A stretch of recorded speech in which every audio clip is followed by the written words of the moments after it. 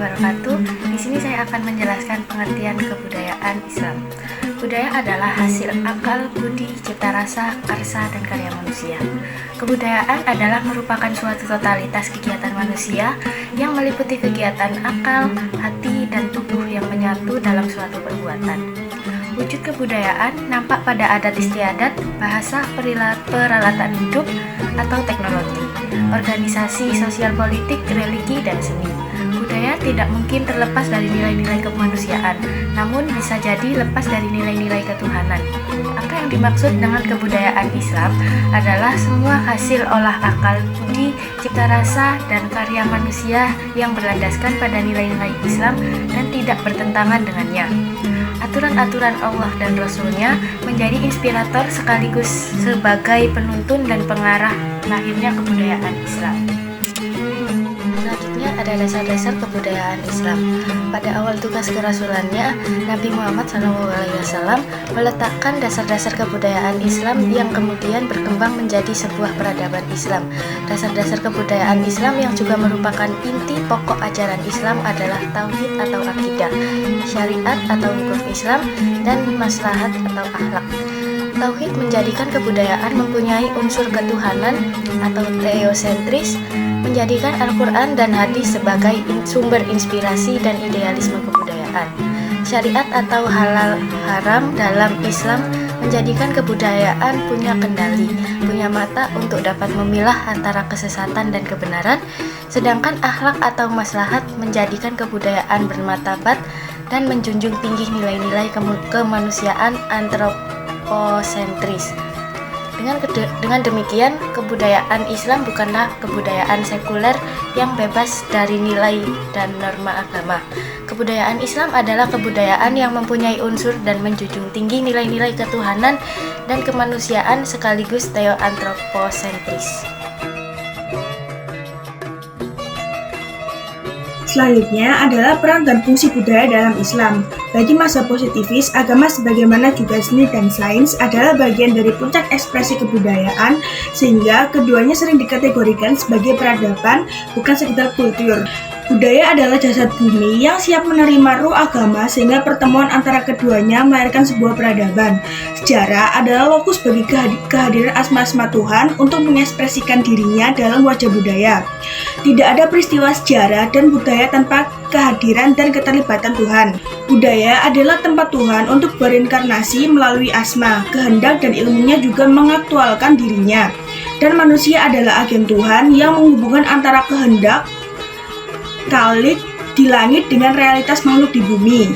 Maka dari itu, agama sebagai makna dan budaya sebagai bahasanya, agama sebagai maksud serta tujuan, dan budaya sebagai sarananya, agama sebagai kacangnya, dan budaya sebagai kulitnya. Nomor 4 adalah universalisme Islam. Salah satu karakteristik dari ajaran Islam adalah sifatnya yang universal. Universalisme Islam yang dimaksud adalah bahwa ajaran Islam ditunjukkan untuk semua umat manusia, segenap ras dan bangsa, serta untuk semua lapisan masyarakat. Ia bukan ajaran untuk bangsa tertentu, wilayah tertentu, atau zaman tertentu. Universalisme Islam menampakkan diri dalam berbagai manifesti yang penting dan yang terbaik dalam ajaran-ajarannya. Ajaran-ajaran Islam yang mencakup aspek akidah, syariah, dan akhlak yang menampakkan perhatiannya sangat besar terhadap persoalan utama kemanusiaan. Islam sebagai agama yang berkarakteristika universal mempunyai pandangan hidup atau Weltanschauung yang mengajarkan tentang persamaan, keadilan, kebebasan, dan kehormatan, serta memiliki konsep teosentrisme yang humanistik sebagai nilai inti atau core value dari seluruh ajaran Islam dan menjadi tema peradaban Islam masa kini.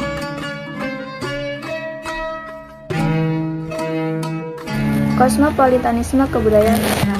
Sifat ajaran Islam yang universal, mau tidak mau telah berpengaruh pada pandangan budayanya yang kosmopolit, yaitu sebuah pola budaya yang konsep-konsep dasarnya meliputi dan diambil dari seluruh budaya umat manusia.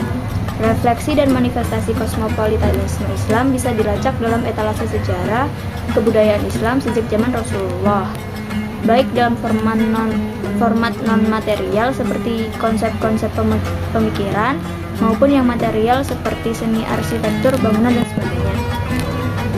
Pada masa awal Islam, Rasulullah SAW berkhutbah hanya dinaungi sebuah pelepah kurma.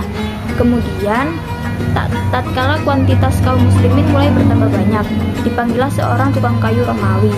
Ia membuatkan untuk Nabi Muhammad sebuah mimbar dengan 3 tingkatan yang dipakai untuk khutbah Jumat dan munasabah-munasabah lainnya. Kemudian dalam perang Ahzab, Rasul menerima saran Salman Al-Farisi untuk membuat parit atau kandak di sekitar Madinah. Metode ini adalah salah satu metode pertahanan ala Persia yang beragama Majusi penyembah api. Rasul mengakui dan melaksanakan saran itu. Beliau tidak mengatakan ini metode Majusi, kita tidak memakainya. Para sahabat juga meniru manajemen administrasi dan keuangan dari Persia, Romawi, dan lainnya. Pengaruh filsafat Yunani dan budaya Yunani atau Helenisme pada umumnya dalam sejarah perkembangan pemikiran Islam sudah bukan merupakan hal baru lagi. Seperti halnya budaya Yunani, budaya Persia juga amat besar sahamnya dalam pengembangan budaya Islam. Dinasti Umayyah di Damaskus menggunakan sistem administratif dan birokratif Bizantium dalam menjalankan pemerintahannya. Dinasti Abbasiyah di Baghdad atau dekat Ctesiphon, ibu kota dinasti Persisasan, meminjam sistem Persia.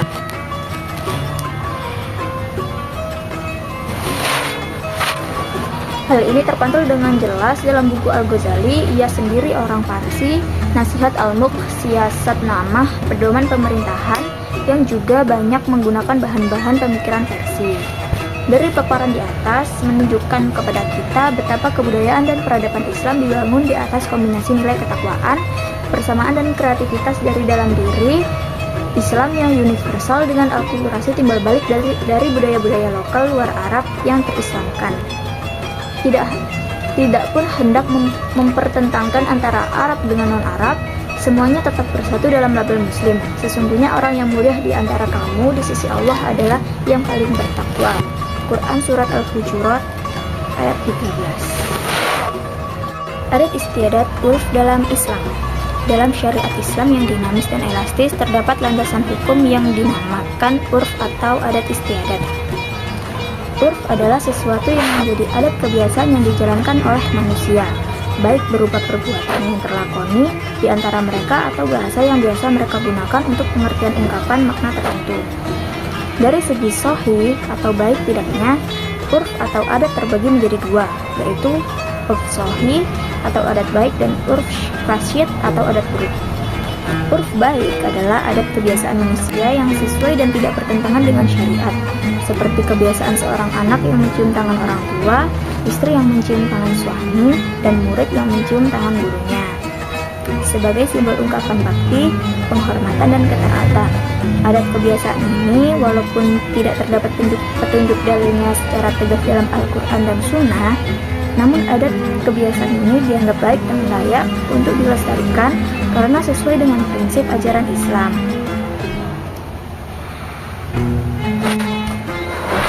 Islam sangat mengakomodir berbagai ragam bentuk simbol kebaktian, penghormatan, dan ketaatan kepada sesama manusia selama tidak berlebihan dan dapat menjurus kepada pemujaan, sakralisasi, atau syirik.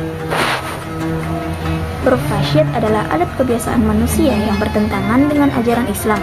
Pacaran dan praktek ekonomi ribawi adalah salah satu contohnya. Adat kebiasaan ini tidak boleh dilestarikan atau bahkan digunakan sebagai sumber hukum atau acuan hukum untuk menghalalkan hal lain-lain yang berkaitan dengan pertentangan dengan syariat yang melarang perzinahan, riba, dan segala hal yang berhubungan dengannya. Budaya dan adat istiadat yang bertentangan dengan syariat harus diperbaiki dan diganti dengan budaya dan adat alternatif yang sesuai dengan tuntutan Islam. Dalam hal ini menghadirkan bahwa sistem perekonomian dan perbankan Islami bebas riba untuk mengganti sistem perekonomian ribawi dan pergaulan yang sehat dan bermartabat ala Islam untuk mengganti budaya pacaran. Validitas adat Islam diambil dari hadis Nabi, yaitu apa yang dipandang baik oleh kaum muslimin maka menurut Allah adalah baik, dan sebaliknya yang dipandang jelek oleh mereka menurut Allah adalah jelek. Hadis riwayat Tabrani.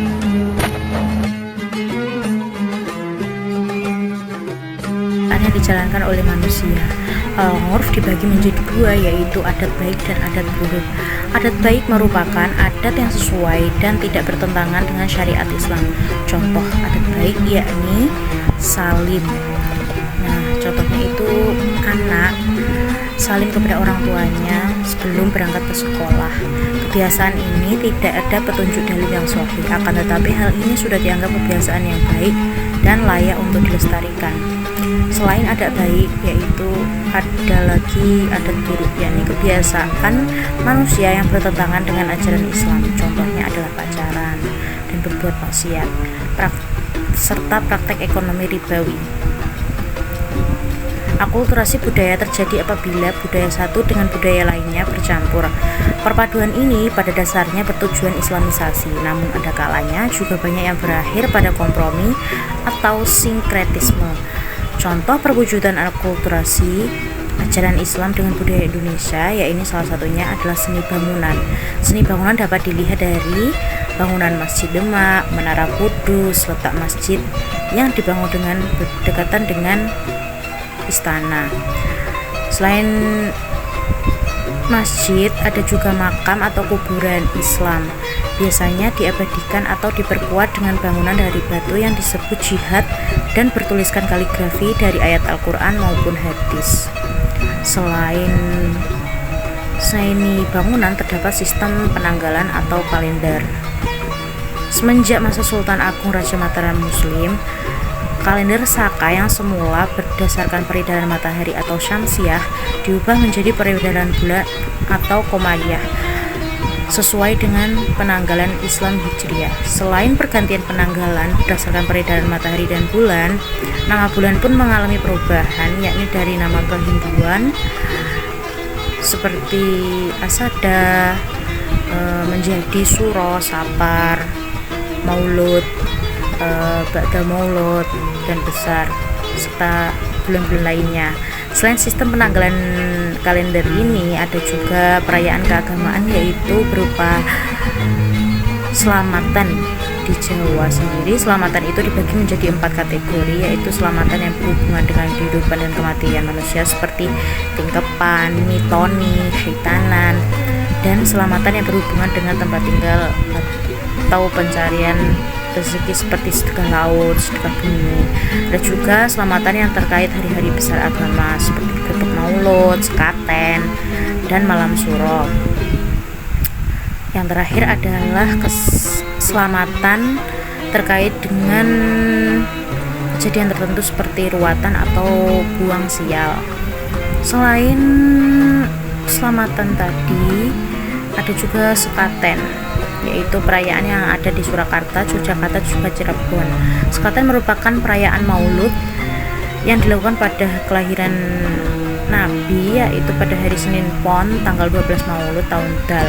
Selain sistem penanggalan kalender dan juga seni bangunan, ada juga seni rupa wayang.